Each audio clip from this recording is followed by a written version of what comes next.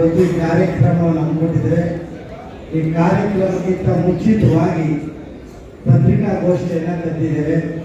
ಆ ಪತ್ರಿಕಾಗೋಷ್ಠಿಯಲ್ಲಿ ನಮ್ಮ AICC ಅಬ್ಸರ್ವ್ ಆಗಿರ್ತಕ್ಕಂಥ ಸನ್ಮಾನ್ಯ ಶ್ರೀ ಟೋನಿ ಚೆಮನಿ ಇವರು ಶಾಸಕರು AICC ಅಬ್ಸರ್ವರ್ ಆಗಿ ನಮ್ಮ ಕ್ಷೇತ್ರಕ್ಕೆ ಬಂದಿದ್ದಾರೆ.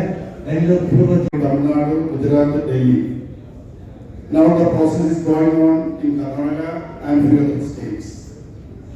I am interested with this district and East, and my mission is to have a detailed consultation with all party leaders, frontal organizations, other grassroots workers, and to seek their opinion to select a panel of aspirants for the DCC president. And I am here for 4 days. I will be meeting all the workers in the coming days. There are 2 assembly constituencies, as you know, the Kayapuram and Mahadevapura. I will be traveling to these assembly constituencies and the block committees. By gathering the opinions with a transparent manner, we will be able to select competent candidates for the selection of DCC president. I hope. So it will be completed and I will submit that report to the All India Congress Committee. This was my purpose.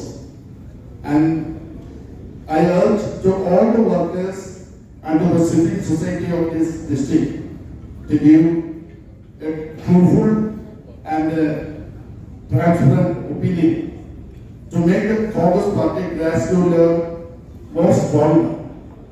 Our mission is to make our organization more vibrant, inclusive, to accommodate all sections of the all sections in the society.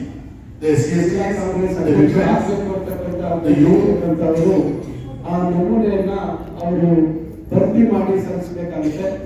ಅದಾದ ನಂತರ ಈಗ ಒಂದೊಂದು ಬ್ಲಾಕ್ಗೆ ಏನು ಇವತ್ತು ಮಹದೇವಪುರ ವಿಧಾನಸಭಾ ಕ್ಷೇತ್ರ ಮತ್ತು KRS ವಿಧಾನಸಭಾ ಕ್ಷೇತ್ರ 2 ಕ್ಷೇತ್ರಗಳಲ್ಲಿ ಒಳಗೊಂಡಂತ ವಿವಿಧ ಬ್ಲಾಕ್ಗಳಿಗೆ ಅಲ್ಲೇ ಬಂದು ಭೇಟಿ ಮಾಡಿ ಪಕ್ಷದ ಇತರ ಎಲ್ಲ ವಿವಿಧ ವಿಭಾಗಗಳ ಮುಖ್ಯಸ್ಥರು, ಚುನಾಯಿತ ಪ್ರತಿನಿಧಿಗಳು, ವಿವಿಧ ಹಂತಗಳ ಮುಖಂಡರ ನೇರ ಒಂದು ಅವರ ಅಭಿಪ್ರಾಯವನ್ನು ಸಂಗ್ರಹಣೆ ಮಾಡಬೇಕಾಗುತ್ತೆ. ಇದರಲ್ಲಿ ಅಭಿಪ್ರಾಯ ತಾವು ಮುಕ್ತವಾಗಿ ತಮ್ಮ ಅಭಿಪ್ರಾಯವನ್ನು ವ್ಯಕ್ತಪಡಿಸೋದಕ್ಕೆ ಅವಕಾಶ ಇದೆ.